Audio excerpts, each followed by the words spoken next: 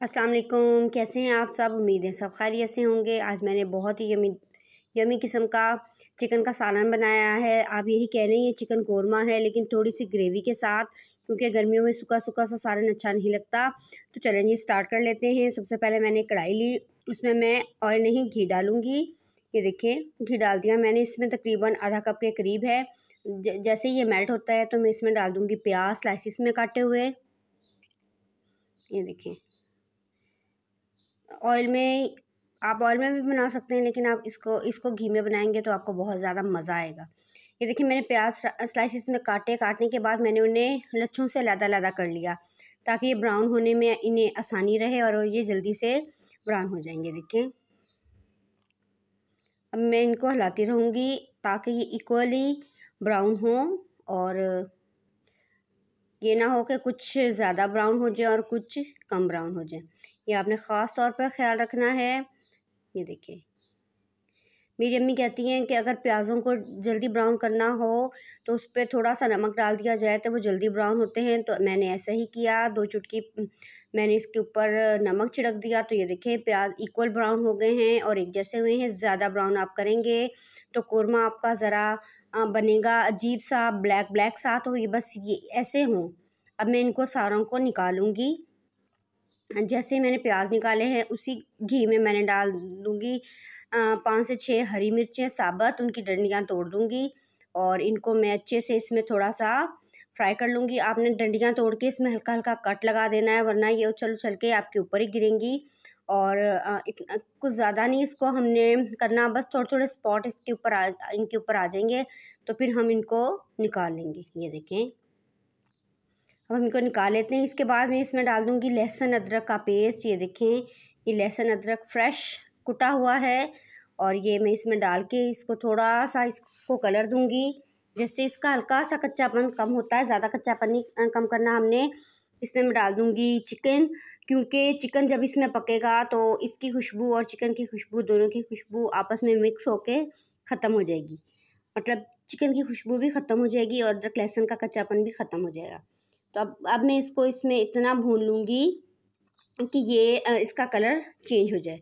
अब जो मैंने प्याज निकाले थे ये देखें, अब मैं फिर इसमें 1 चम्मच नमक का डाल दूँगी। जितना आपने सालन में नमक डालना है ना, उतना नमक आप अभी से डालें ताकि चिकन की बोटियों के अंदर तक नमक जज़्ब हो जाए, उनका जायका भी अच्छा बन जाए। तो मैं आपको बता रही थी जो प्याज मैंने ब्राउन किए थे ना, उनको मैंने 1 कप दही में अच्छे से ग्राइंड कर लिया है। अब जी मैं अभी बना ही रही थी, मैंने आलू डालने का कोई मेरा इरादा नहीं था, लेकिन मेरी बेटी ने आके अभी फरमाइश की है कि मम्मा इसमें आलू ज़रूर डालिएगा। तो मैंने 2 अदद आलू छोटे छोटे से थे, वो मैंने काट के डाल दिया। ऑप्शनल है, आपने नहीं डालने तो मत डालिएगा। तो ये मैंने 2 अदद प्याज लिए, 2 अदद टमाटर लिए, इनको मैंने ग्राइंड कर लिया है अच्छे से ताकि हमारी हंडिया झटपट से तैयार हो जाए। और अब मैं इसमें डाल दूँगी 1 चम्मच भर के चिली फ्लेक्स का। ये देखें, और आधी चम्मच मैंने डाल दी है इसमें हल्दी पाउडर। खड़े मसाले ही डालेंगे और हमने ज़्यादा मसाले नहीं डालें, घर के मसाले डालने हमने इसमें इंशाल्लाह से। ये मैंने पिसी हुई मिर्च भी आधी चम्मच से ज़्यादा डाल दी है। अब ये है जी 1 चम्मच धनिया और 1 चम्मच है ज़ीरा। ये पिसा हुआ नहीं है, ये साबुत नहीं है, ये हल्का हल्का सा दादरा हुआ है। उसमें डालें आप कुंडी में और उसको थोड़ा थोड़ा हल्का हल्का दादर लें। ये खड़े मसाले ही इसमें हम डालेंगे। ये देखिए माशाल्लाह से इसको अच्छे से हम लोग मिक्सअप कर लेते हैं, थोड़ा सा भून लेते हैं इन मसालों को ताकि इनका कच्चापन ख़त्म हो जाए। और जो हमने टमाटर डाले थे ग्राइंड करके, उसी के पानी में चिकन भी गल जाए, आलू भी थोड़े गल जाएँ और जो हमने मसाले डाले थे इसमें वो भी अच्छे से भुन जाएँ। ये देखिए माशाल्लाह बहुत अच्छा मज़े का, इतनी खुशबू आएगी आपके घर में जब ये सालन बनाओगे ना। अब ये जो मैंने प्याज ग्राइंड किया था दही में, 1 कप दही में, वो मैंने इसमें डाल दिया है। थोड़ा सा इस बर्तन को भी खंगाल के डाल देंगे ताकि ज़ाया ना हो चीज़ हमारी। ये देखिए माशाल्लाह अच्छा से इसको हम मिक्स देंगे।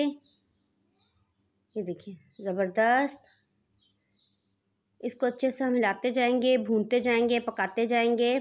इसका जो इसमें जो एक्स्ट्रा ग्रेवी है वो सारी निकाल देंगे और जब तक घी नहीं ऊपर आ जाता तब तक हम इसको भूनते जाएंगे, अच्छे से हम इसको भूनेंगे। ये देखिए माशाल्लाह ज़बरदस्त।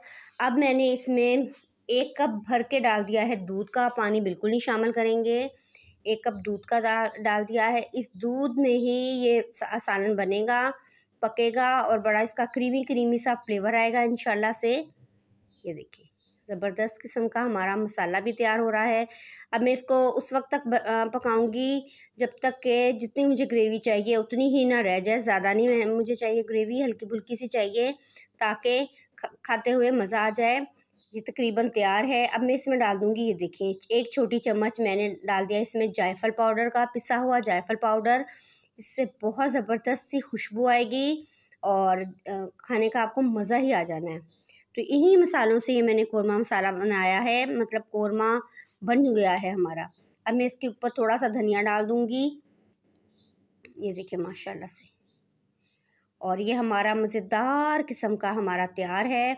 जो मिर्चें मैंने फ्राई की थी घी में वो भी मैं इसमें डाल दूँगी। ये देखें, चलें जी फाइनल लुक दिखाती हूँ आपको। ये है जी हमारे कोरमा की फ़ाइनल लुक। ये देखिए हल्की सी ग्रेवी के साथ, ये देखिए बिल्कुल हल्की सी ग्रेवी है इसमें डाली ताकि नवाला लग जाए। बहुत जायकेदार खड़े मसालों में टेस्टी किस्म का हमारा कोरमा तैयार हो गया है। ये देखिए ज़बरदस्त, मज़ा ही आ जाए।